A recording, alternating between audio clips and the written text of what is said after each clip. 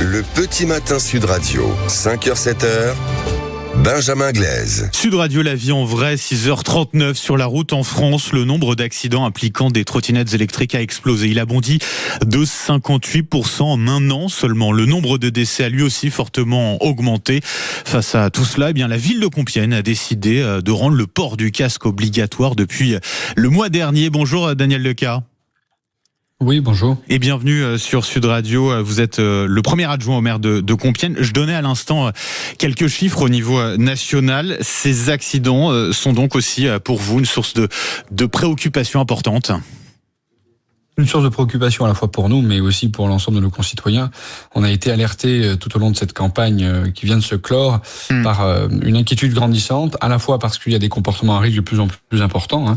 On l'a constaté ne serait-ce que sur l'année 2025, puisque nous avons eu quasiment 120 conducteurs de trottinettes qui ont été verbalisés avec des infractions qui sont importantes et des comportements à risque qui sont notables. Et puis on a effectivement constaté des accidents de plus en plus nombreux. Depuis 2022, on a une moyenne de entre 40 et 100 accidents par an qui parfois amènent à la prise en charge de traumatologie. Exactement. Pour une ville de 40 000 habitants qui, sous le précédent mandat, a réalisé de très importants travaux pour favoriser la circulation douce et favoriser l'usage du vélo et de la trottinette. Donc on ne pouvait pas rester évidemment dans cette situation. Et comportements à risque qui se multiplient. Alors on pense bien sûr à la vitesse avec beaucoup de trottinettes débridées qui vont parfois au-dessus des 60 km/h. On a aussi la conduite sous l'emprise de l'alcool. Ça, c'est ce que vous constatez. Sur l'obligation de porter un casque. Alors la décision a été prise. C'est effectif depuis le mois dernier, je crois. Vous l'avez mis en place comment cette mesure concrètement? Ça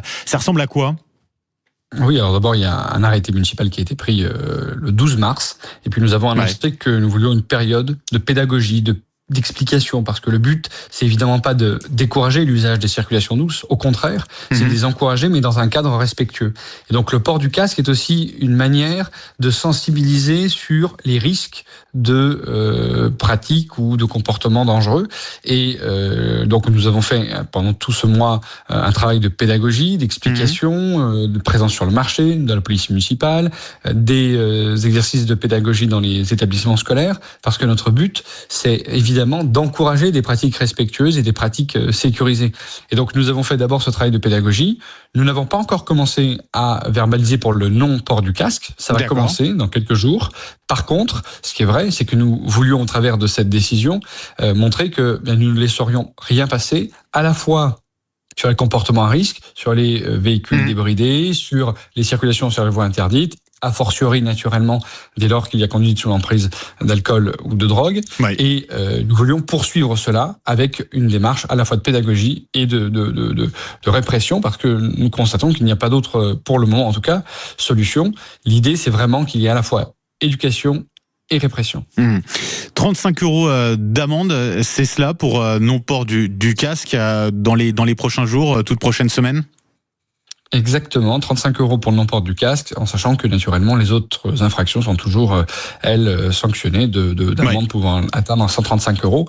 Donc c'est tout un arsenal qu'il faut essayer de mobiliser pour répondre à cette situation. Encore une fois, il en va de la sécurité des usagers, de la voirie, parce que les autres usagers de la route sont aussi parfois confrontés à ces comportements. Bien sûr. Un piéton qui se fait renverser, une personne âgée qui effectivement parfois peut être effrayée par ces trottinettes électriques. Donc nous devons, tout en encourageant encore une fois les mobilités douces, trouver des solutions pour apaiser la circulation dans l'espace public, c'est une priorité. 35 € d'amende pour non-port du casque, c'est pas un petit peu dérisoire tout de même? C'est ce que pourraient se dire certains en tout cas. L'idée, c'est vraiment d'être dans une logique globale. Le non-port du casque, aujourd'hui, c'était la solution que nous avons trouvée pour sensibiliser. Pour tout le reste, encore une fois, pour des comportements beaucoup plus dangereux, nous sommes là pour facturer, ou en tout cas pour verbaliser à des montants qui sont bien plus importants. L'idée, c'est qu'il y ait une vraie proportionnalité. Et encore une fois, derrière ces 35 €, c'est d'abord et surtout de la pédagogie. Bien sûr, on le comprend tout à fait. Alors, il y a peu de villes quand même, comme la vôtre, comme celle de Compiègne, à avoir pris une telle décision de rendre obligatoire le port du casque. Est-ce que, je sais pas, vous souhaitez vous appeler à ce que d'autres villes, fassent également, prennent également la même décision, voire que ça soit, obligatoire au niveau national?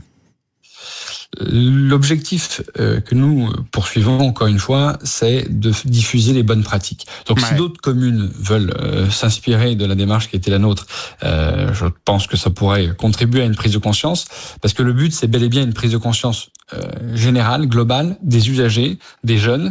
Et d'ailleurs, c'est étonnant, mais je pense qu'avec les efforts qui sont réalisés dans le cadre scolaire et que nous voulons nous-mêmes, au niveau de Compiègne, poursuivre et accentuer, cette sensibilisation, en réalité, elle touche beaucoup les jeunes. Et nous constatons parfois que les comportements les plus dangereux ne sont pas nécessairement les plus jeunes. Donc, nous devons poursuivre ce travail de sensibilisation. Et donc, c'est un travail qui est exigeant, qui effectivement peut parfois un peu, on va dire, heurter certains de nos concitoyens. Mais dans les faits, nous n'avons eu que des bonnes réactions, parce que ce que nous constatons, c'est que surtout, il y a de plus en plus de proches qui ont des accidents, et donc nous devons trouver des solutions. Et oui, ça concerne aussi les autres qui partagent cette route, notamment quand on est automobiliste, notamment ou qu'on roule à vélo, on peut être confronté aussi à ces comportements à risque et les subir. Daniel Lequin, un grand merci d'avoir été avec nous ce matin sur Sud Radio. Vous êtes premier adjoint au maire de Compiègne, donc qui a donc décidé de rendre obligatoire le port du casque pour ceux qui circulent en trottinettes électriques. Vous êtes également vice-présidente du Conseil régional des Hauts-de-France. Très bonne journée à vous. Merci, bonne journée.